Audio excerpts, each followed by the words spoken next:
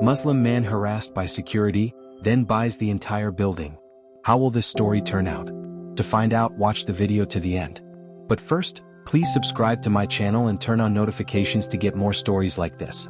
The gleaming towers of the bustling business district reflected the midday sun, casting long shadows over the crowded sidewalks below. Among the throng of suited professionals hurrying to their next appointments, Ahmed walked calmly, his white thobe and traditional kufi standing out in the sea of gray and black. He carried himself with quiet dignity, his pace measured, a stark contrast to the hurried world around him. Ahmed had been to this part of the city many times before. Each building, with its mirrored windows and polished marble entrances, symbolized success and power. But today was different. Today, Ahmed had a meeting in one of the most prestigious buildings, a meeting that could shape the future of his business. He glanced up at the sleek facade of the towering skyscraper before him, its sharp lines cutting into the clear blue sky.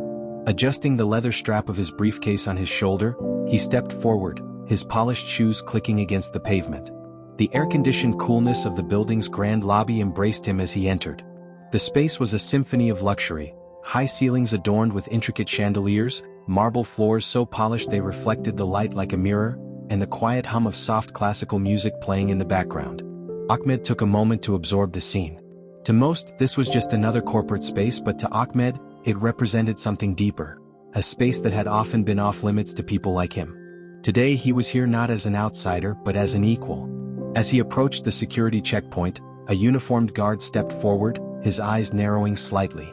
The man was tall, broad-shouldered, and carried an air of authority, his badge gleaming under the lobby's soft lighting. Ahmed offered a polite smile, reaching for his ID card, but before he could speak, the guard raised a hand. "Excuse me, sir," the guard said, his tone clipped. "Can I ask what business you have here?" Ahmed paused, momentarily taken aback by the question.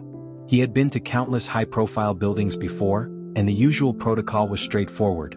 Present your ID, confirm your meeting, and proceed. This was different. The guard's eyes scanned Ahmed's attire, lingering just a moment too long. "I have a meeting," Ahmed replied evenly, holding up his ID. "I'm expected on the 35th floor." The guard's lips pressed into a thin line as he took the card, scrutinizing it as though it were counterfeit. His demeanor carried a subtle yet unmistakable message: skepticism. Ahmed felt a flicker of irritation but quickly pushed it aside.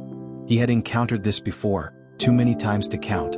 "Who are you meeting with?" the guard pressed, his voice a touch louder now, drawing the attention of a few people passing by. Ahmed noticed the way their eyes darted toward him before quickly looking away, their curiosity barely concealed. "Mr. Albright, the Director of Development," Ahmed replied calmly. "He's expecting me?" The guard raised an eyebrow, his posture shifting as though to assert his authority further. "Do you have an appointment confirmation? An email or something?" Ahmed's irritation deepened. He reached into his briefcase and pulled out a printed copy of the confirmation email, handing it over without a word. The guard glanced at it briefly before looking back at Ahmed, his expression unreadable. "Wait here," the guard said curtly, stepping away to speak into his radio. Ahmed stood in silence, his patience thinning with every passing second. He could feel the weight of the stares around him, some curious, others indifferent, and a few outright judgmental. Minutes passed. Ahmed shifted his weight slightly, keeping his composure despite the growing tension. When the guard finally returned, his expression was tighter than before. "You can go," he said, handing back the ID and email printout. "But just so you know, we don't usually let people in without verifying everything first." Ahmed's jaw tightened, but he forced a polite smile. "I appreciate your diligence," he said evenly, his voice betraying none of the frustration he felt. With that, he walked past the checkpoint and toward the elevators, his back straight, his steps deliberate. As the elevator doors closed behind him, Ahmed allowed himself a brief moment to exhale. The encounter had left a bitter taste, but he refused to let it affect him. He had dealt with worse. People often underestimated him, judged him by his appearance, his accent, or his name, but Ahmed had learned long ago to turn those judgments into fuel. He had come too far, worked too hard, to let small-mindedness deter him. The elevator dinged softly as it reached the 35th floor. Ahmed stepped out into a sleek, modern office space, where glass walls and open layouts exuded an air of creativity and ambition.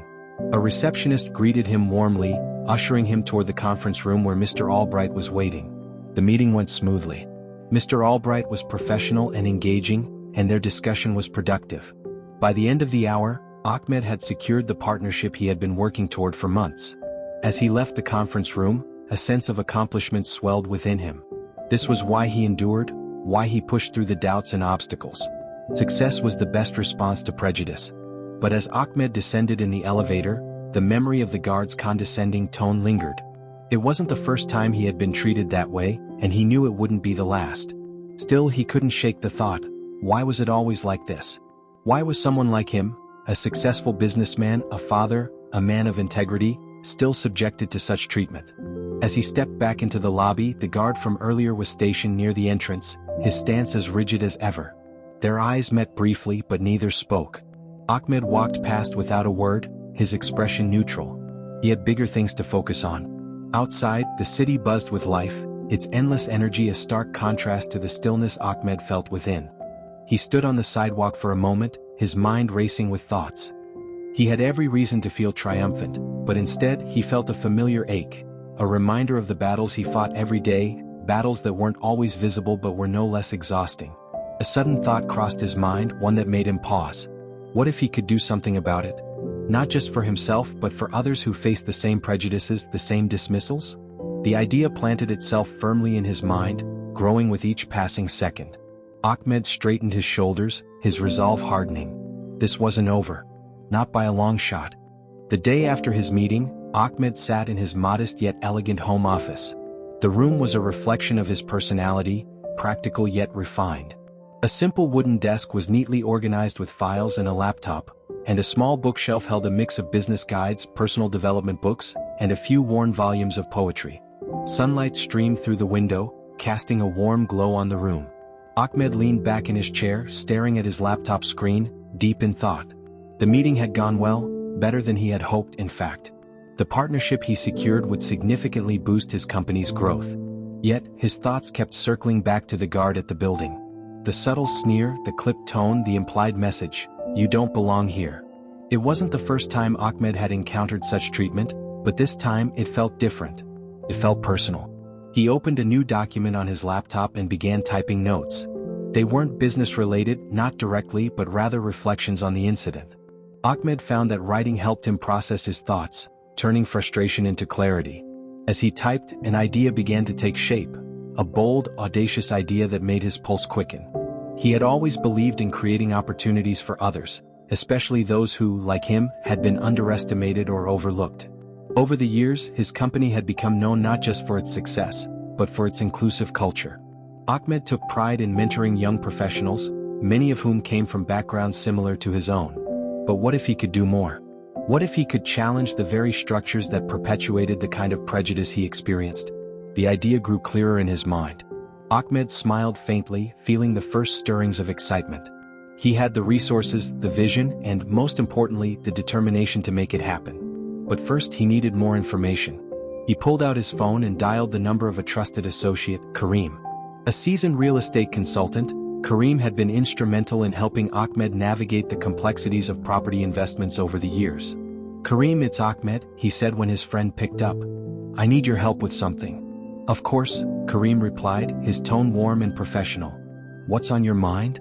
Ahmed explained the situation, detailing his experience at the building and his growing desire to take action. As he spoke, Kareem listened intently, occasionally interjecting with questions or suggestions. "So, let me get this straight," Kareem said when Ahmed finished. "You're thinking about buying the building?" "Yes," Ahmed replied, his voice steady. "Not just for the investment but to send a message. I want to change the way people think about who belongs in spaces like that." Kareem was silent for a moment, then he chuckled softly. "You've always had a knack for big ideas, Ahmed. But this is ambitious even for you." "I know," Ahmed admitted. "But I believe it's worth pursuing. Can you look into the property for me? I need to know if it's feasible." "Consider it done," Kareem said. "I'll gather the details and get back to you. In the meantime, think about how you want to approach this. If you're serious, you'll need more than just a purchase plan. You'll need a vision." Ahmed thanked Kareem and ended the call, feeling a renewed sense of purpose. He knew it wouldn't be easy, nothing worth doing ever was, but the prospect of turning the tables on those who doubted him filled him with quiet determination. Over the next few days, Ahmed threw himself into research. He pored over financial reports, market analyses, and architectural plans. He reached out to industry contacts, gauging their opinions on the building's potential. With each step, his conviction grew stronger. Karim called back a week later with an update. "I've got good news," he said. "The building is owned by a holding company that's looking to liquidate some of its assets. It's not officially on the market, but they might be open to selling if the offer is right." Ahmed's heart raced. This was his chance. "Let's set up a meeting," he said. The next phase of Ahmed's plan required careful execution. He knew the purchase would draw attention, especially from those who had doubted him. That was part of the appeal. By acquiring the building, he could not only expand his portfolio but also challenge the narratives that had excluded people like him for so long. The meeting with the holding company's representatives took place in a sleek conference room on the other side of the city. Ahmed arrived early, dressed impeccably in a tailored suit that exuded confidence and professionalism. Karim accompanied him, providing valuable insights and support. The negotiations were intense. The representatives were shrewd, probing Ahmed's intentions and scrutinizing his financial standing. But Ahmed held his ground, answering their questions with clarity and presenting a compelling case for why the sale would benefit both parties. By the end of the meeting, a tentative agreement had been reached. Ahmed left the conference room feeling a mixture of relief and exhilaration. As he stepped outside into the crisp evening air, he took a moment to reflect on the journey that had brought him here. The obstacles, the doubts, the quiet battles he fought every day, they had all led to this moment. And yet, Ahmed knew this was just the beginning. The weeks that followed were a whirlwind of activity. Ahmed worked tirelessly to finalize the purchase, coordinating with lawyers, accountants, and architects. Each step brought him closer to his goal, but also tested his patience and resolve. There were moments of doubt, moments when the enormity of the task threatened to overwhelm him. But Ahmed pressed on, drawing strength from his vision and the support of those who believed in him. Finally, the day arrived. Ahmed stood in the building's grand lobby, now not as a visitor but as its owner. The moment was surreal, a culmination of years of hard work and quiet defiance. He looked around, taking in the polished marble floors and gleaming chandeliers. This space, which had once symbolized exclusion, now belonged to him. The security guard from that first encounter was still stationed near the entrance, his expression unreadable as he watched Ahmed approach. Their eyes met, and for a moment neither spoke. Then Ahmed smiled, a small knowing smile that spoke volumes. "This is just the beginning," he thought to himself. Ahmed's next move was carefully calculated. He knew that simply owning the building wasn't enough. To truly make an impact, he needed to transform it into a space that reflected his values. A space where everyone felt welcome regardless of their background. He began meeting with architects and designers, discussing plans to modernize the building and incorporate features that celebrated diversity and inclusion. He also reached out to community leaders and advocacy groups, inviting them to collaborate on initiatives that would promote equity and opportunity. Ahmed envisioned the building as more than just a physical space. He saw it as a symbol of progress, a beacon of hope for those who had been marginalized. Ahmed stood at the center of what was now his building, marveling at the space he had claimed for himself and others like him. This wasn't just about ownership, it was about reimagining what a space could represent. No longer a place of quiet exclusion, this building would become a symbol of equity, opportunity, and progress. The thought filled him with pride, but also with an enormous sense of responsibility. The renovation plans were ambitious. Ahmed had enlisted a team of architects and designers who shared his vision. They walked him through their initial concepts in one of the glass-walled conference rooms on the 35th floor, the same room where his pivotal meeting had taken place weeks earlier. "Mr. Ahmed, we've taken your input into account," said Priya, the lead architect, flipping through a series of blueprints. "You mentioned wanting this space to reflect diversity and inclusion, not just in its design, but in how it operates." "That's correct," Ahmed said, leaning forward in his chair. "I don't just want a beautiful building, I want one that tells a story. A story of resilience, of overcoming barriers, and of embracing everyone, regardless of where they come from." Priya nodded, her enthusiasm evident.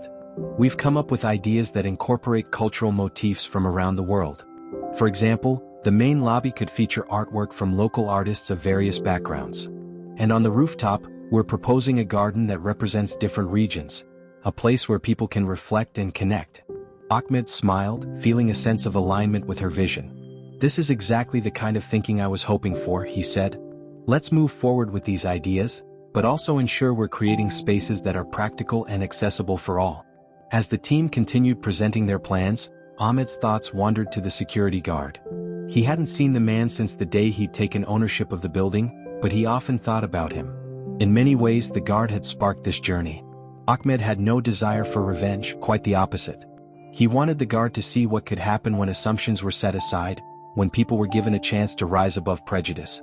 After the meeting, Ahmed made his way to the ground floor, where the renovations were already underway.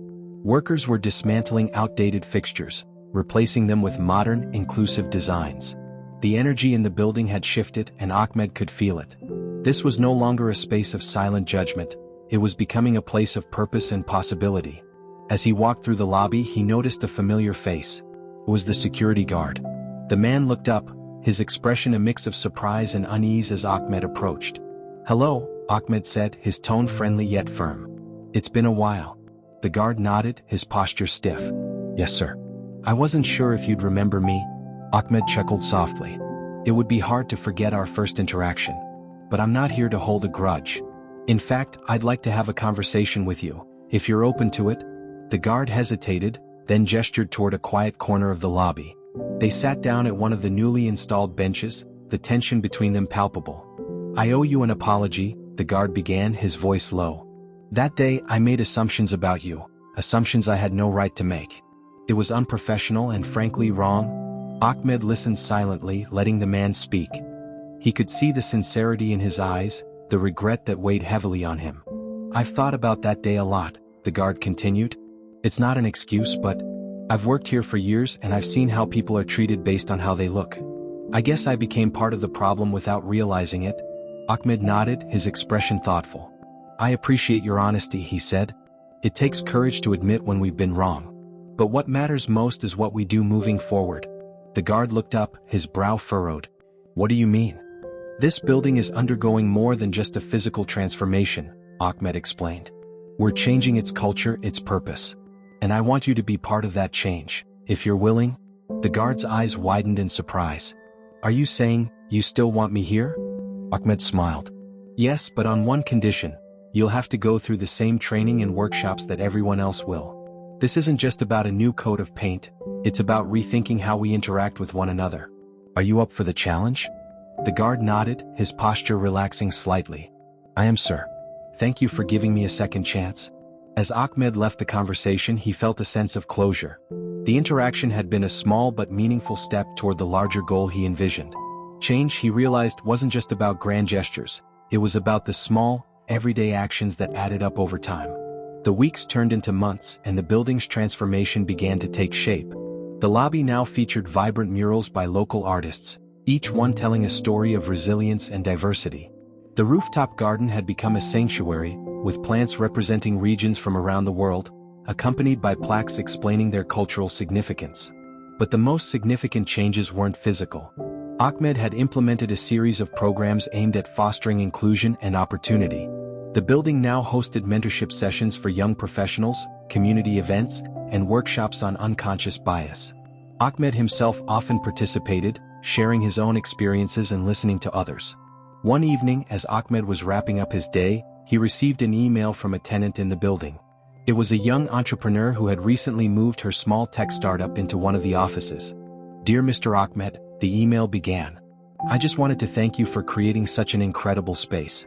As a woman of color in the tech industry, I've often felt out of place in corporate environments. But here I feel valued and supported. You've built more than just a building, you've built a community. Thank you." Ahmed read the email twice, a warm feeling spreading through him. This was why he had taken on this challenge, not for accolades but for moments like this, when he could see the impact of his efforts. The next morning, Ahmed stood in the lobby watching as people moved through the space. There were executives in suits, artists with portfolios, students carrying laptops, and families visiting the community center on the lower floor.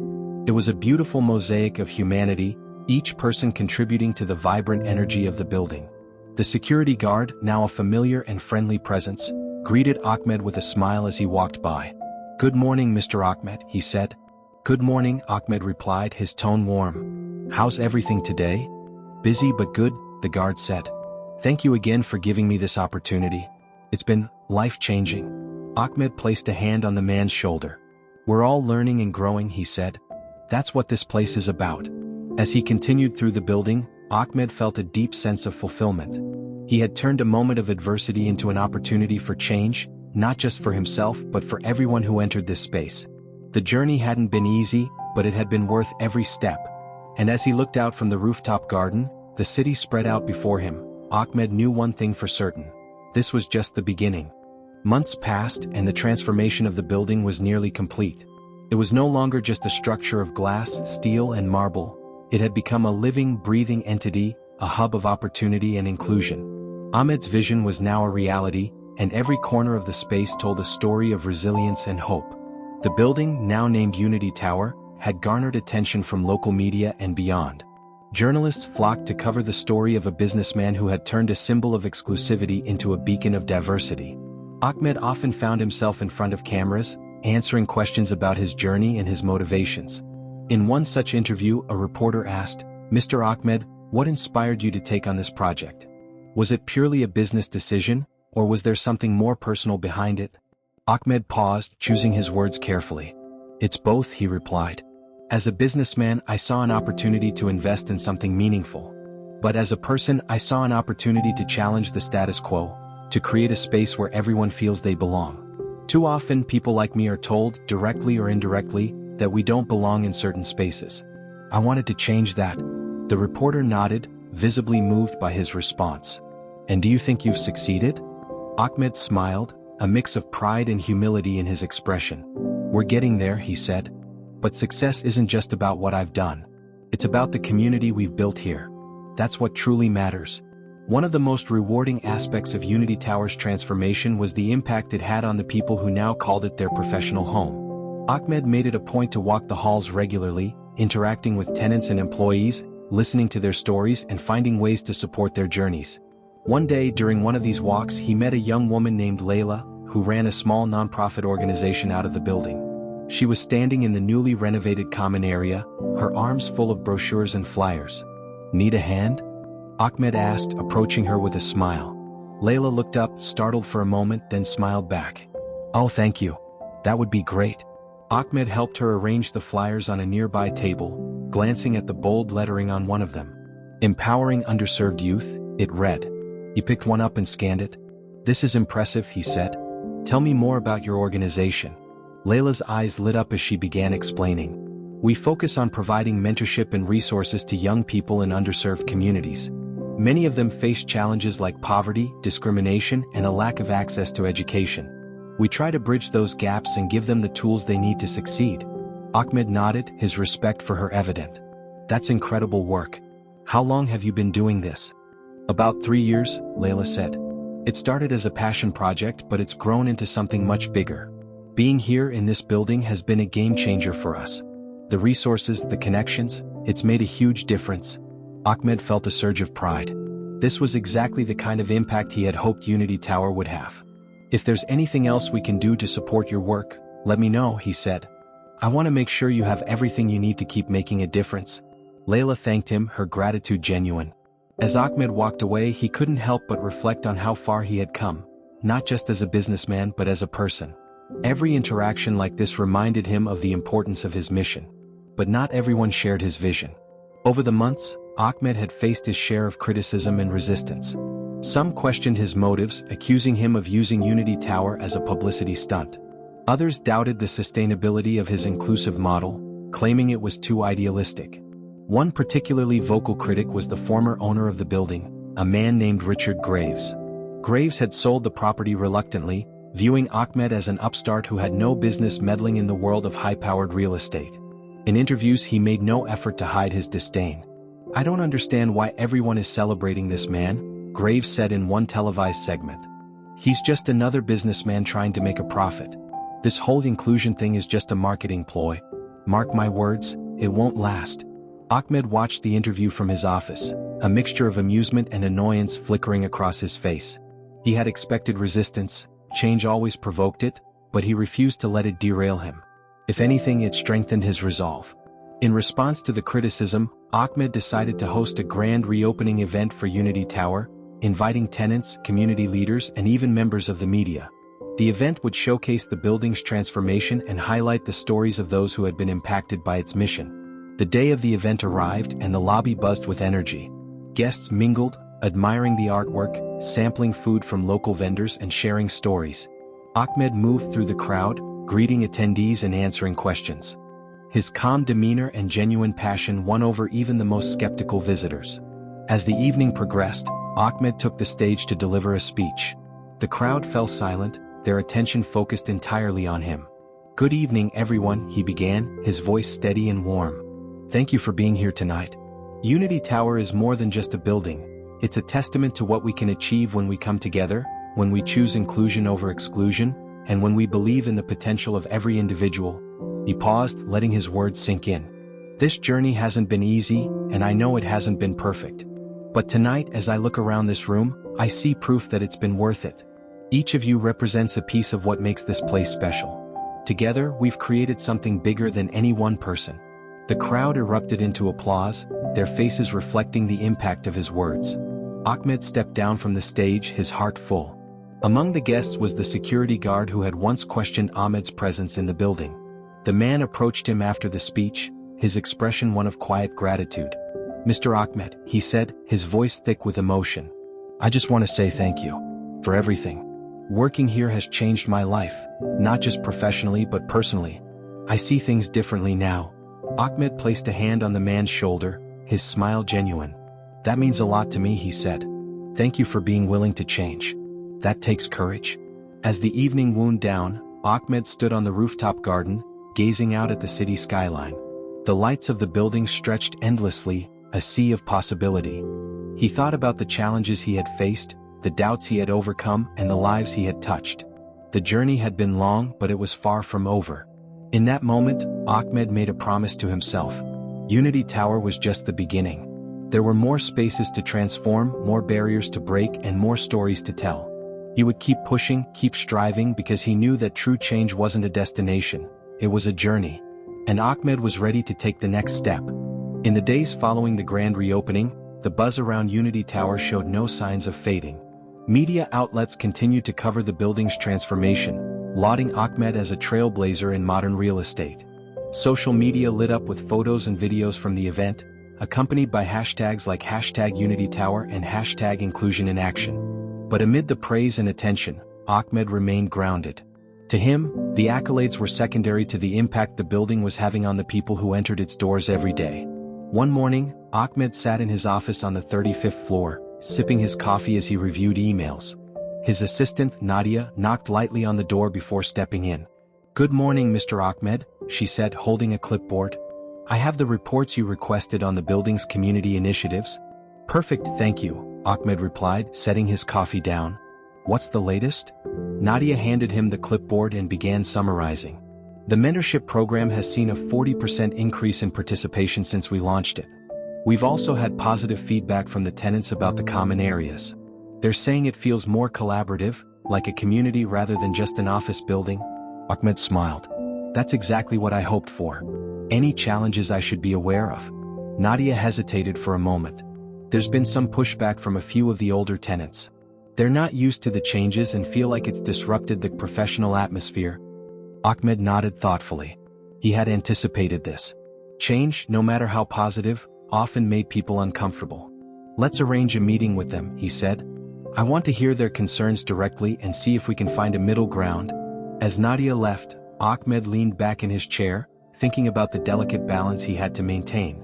Creating a space that welcomed everyone meant navigating a complex web of expectations and perspectives. But Ahmed was no stranger to challenges.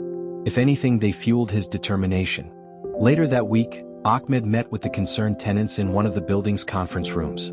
They were a group of older professionals, many of whom had occupied their offices for decades. Their demeanor was polite but reserved, their skepticism evident. "Thank you all for taking the time to meet with me," Ahmed began, his tone warm but direct. "I understand that the changes we've made to the building might feel disruptive, and I want to address your concerns." One of the tenants, a man named Mr. Collins, spoke up. "Mr. Ahmed, we've been in this building for over 20 years. We've seen owners come and go, but we've never experienced changes like these. It feels different." "Different how?" Ahmed asked, leaning forward slightly. Well, Mr. Collins continued, choosing his words carefully, it's not just the renovations. It's the atmosphere. The building used to feel exclusive, like a place for top professionals. Now it feels more open. We're not saying that's bad, but it's a big adjustment. Ahmed nodded, understanding the subtext of Mr. Collins' words. For some, exclusivity had been a badge of prestige, a way to separate themselves from others. But Ahmed had always seen it as a barrier, one that needed to be dismantled. I hear you, Ahmed said, his voice steady. Change can be difficult, especially when it challenges the way things have always been. But I believe that exclusivity isn't the same as excellence. Creating a space that's open to everyone doesn't mean lowering standards. It means raising the bar for how we treat each other. The room was silent for a moment, the tenants processing his words. Ahmed continued, his tone earnest. My goal isn't to disrupt your work or make you feel unwelcome. It's to create an environment where everyone can thrive, whether they've been here for 20 years or just joined last month. But I want to work with you to ensure that this space meets your needs while staying true to our mission. What would help you feel more comfortable? The conversation that followed was candid and constructive. The tenants shared their concerns, from practical issues like noise during renovations to more abstract feelings about the building's new identity. Ahmed listened intently, taking notes and proposing solutions. By the end of the meeting, the tension in the room had eased, replaced by a sense of mutual respect. As the tenants filed out, Mr. Collins lingered behind. Mr. Ahmed, he said, I'll admit I wasn't sure about you when you took over. But after today I can see that you genuinely care about this place, and the people in it. That means a lot. Ahmed smiled, extending his hand. Thank you, Mr. Collins. I appreciate your honesty, and I'm committed to making this work for everyone. The interaction reaffirmed Ahmed's belief that meaningful change required patience, dialogue, and a willingness to meet people where they were. It wasn't always easy, but it was always worth it. One afternoon, as Ahmed walked through the lobby, he noticed a young man sitting on one of the benches, staring intently at a laptop. The man's clothes were slightly rumpled, and his expression was a mix of focus and frustration. Ahmed approached him, curious. Hi there, Ahmed said, his tone friendly. Everything okay? The man looked up, startled, then quickly stood. Oh, hello. Yes, I'm fine. Just trying to finalize a pitch for an investor meeting. It's my first one and I'm a bit nervous. Ahmed smiled. Mind if I take a look? Maybe I can help? The young man hesitated, then handed Ahmed the laptop. Ahmed scanned the presentation, offering suggestions to refine the messaging and clarify the financial projections. The man watched in awe as Ahmed effortlessly improved the pitch. There, Ahmed said, handing the laptop back. You've got a great idea. Just focus on your story and why you believe in it. Investors respond to passion and clarity. The man beamed. Thank you so much. I didn't expect, well, this. Ahmed chuckled. You're welcome. And good luck with your meeting. Let me know how it goes. The encounter was a small moment, but it encapsulated the spirit of Unity Tower, a place where barriers were broken and connections were made. Ahmed knew that these seemingly minor interactions were what truly defined the building's impact. As the months turned into a year, Unity Tower became a model for inclusive spaces.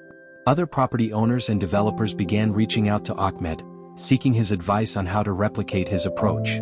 Ahmed welcomed the opportunity to share his insights, but he also reminded them that the key wasn't just in the design or the programs, it was in the intent. Creating an inclusive space isn't about checking boxes, he told one group of developers. It's about creating a culture that values every individual, that recognizes the strength in diversity. It's not just good business, it's the right thing to do. One evening, as Ahmed prepared to leave for the day, he received a call from Kareem. Ahmed, I just got wind of something interesting, Kareem said, his voice animated. There's another property coming up for sale, similar to Unity Tower but in a different part of the city. I think it's worth looking into. Ahmed's interest was piqued. Send me the details, he said. As he hung up, Ahmed felt a familiar spark of excitement. Unity Tower was just the beginning. There were more opportunities to make a difference, more spaces to transform. Ahmed knew the road ahead would be challenging, but he was ready. With each step, he was proving that inclusion wasn't just a concept, it was a movement, and he was determined to lead it. In the weeks following Kareem's call, Ahmed dove into research about the new property. Located in a historically underserved area of the city, the building had potential but needed significant work. The neighborhood, while vibrant and full of culture, lacked resources and opportunities. Ahmed saw the purchase not just as another business venture but as a chance to expand the mission of Unity Tower, to uplift a community that had long been overlooked. As he reviewed the building's financials and spoke with community leaders, Ahmed's vision for the new property began to take shape. It wouldn't just be an office building. It would be a mixed-use space that combined affordable housing, co-working spaces, and community centers. It would be a place where people could live, work, and thrive. Kareem accompanied him on a visit to the building. The exterior was worn with faded paint and cracked windows, but Ahmed saw potential. He imagined the walls painted with murals celebrating the neighborhood's history, the empty halls filled with laughter and ambition. "This place has a lot of heart," Ahmed said, standing in the shadow of the building. "You can feel it?" Kareem nodded. "It's going to take a lot of work, though." Ahmed smiled. "When has that ever stopped us?" The purchase process was complex, with several stakeholders involved. Ahmed held countless meetings with local officials, community organizations, and potential investors. He was determined to ensure that the project reflected the needs and aspirations of the neighborhood, not just his own vision. One of the most impactful meetings was with a group of local youth. They gathered in a small community center, their energy and enthusiasm filling the room. Ahmed stood before them, listening as they shared their dreams and challenges. "I want to be a graphic designer," one young woman said, her voice tinged with both excitement and uncertainty. "But it's hard to find opportunities around here." Another young man spoke up. "I want to start a business, but I don't know where to begin. It feels like everything's stacked against us." Ahmed felt a familiar ache in his chest. Their stories reminded him of his own journey, of the obstacles he had faced and the people who had believed in him when it mattered most. "We're going to change that," Ahmed said, his voice steady. "This building isn't just about offices or apartments. It's about creating opportunities. We're going to provide mentorship, training, and spaces where you can pursue your dreams." The room erupted in applause, the young people's faces lighting up with hope. For Ahmed, it was a moment of affirmation, a reminder of why he did what he did. As the project moved forward, Ahmed faced resistance from some quarters. A few critics accused him of gentrifying the neighborhood, of driving out the very people he claimed to help. Ahmed took the criticism seriously, meeting with residents to address their concerns. "I understand your fears," he said during one town hall meeting.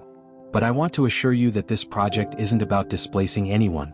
It's about investing in the community, creating opportunities for those who are already here." His transparency and commitment won over many skeptics, but Ahmed knew actions would speak louder than words. He prioritized hiring local contractors for the renovations and worked with nonprofits to ensure that affordable housing remained a cornerstone of the project. Months turned into a year as the building underwent its transformation. The grand opening was set for a sunny spring day, and Ahmed felt a mix of excitement and nerves as the date approached. This project had been even more challenging than Unity Tower, but it had also been deeply rewarding. On the morning of the grand opening, Ahmed stood in front of the building, now named Hope Haven. The exterior had been revitalized, its walls adorned with vibrant murals that told the story of the neighborhood. A crowd gathered, buzzing with anticipation. Ahmed stepped up to the podium, the microphone crackling softly as he adjusted it. He took a moment to look out at the crowd, residents, city officials, and members of the media. But his focus was on the young people who stood at the front, their faces full of hope. "Good morning," Ahmed began, his voice carrying over the crowd. "Thank you all for being here today. Hope Haven is more than just a building. It's a promise that no matter where you come from, no matter what challenges you face, you have a place where you can belong and succeed." He paused, letting the words sink in. "This project wasn't easy. We faced challenges, doubts, and setbacks. But we also found strength, in this community, in its people, and in the belief that change is possible." The crowd erupted in applause, and Ahmed felt a swell of emotion. This wasn't just a personal victory, it was a shared triumph, a testament to what could be achieved when people came together with a common purpose. After the ceremony, Ahmed mingled with the crowd, shaking hands and listening to their stories. One young woman approached him, holding a small notebook. "Mr. Ahmed," she said shyly, "I just wanted to say thank you. Because of Hope Haven, I'm starting my own business. I've been working on a plan for months, and now I finally have a place to make it happen." Ahmed smiled, his chest tightening with pride. "That's wonderful. What kind of business?" "A bakery," she said, her eyes shining. "I've always loved baking, but I never thought I could turn it into a career." "That's amazing," Ahmed said.